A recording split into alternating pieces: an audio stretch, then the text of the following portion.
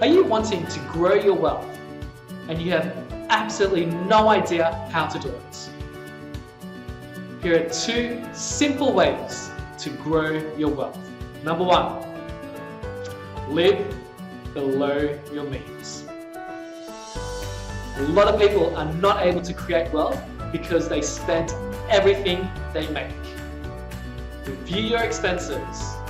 Cut down on unnecessary purchases.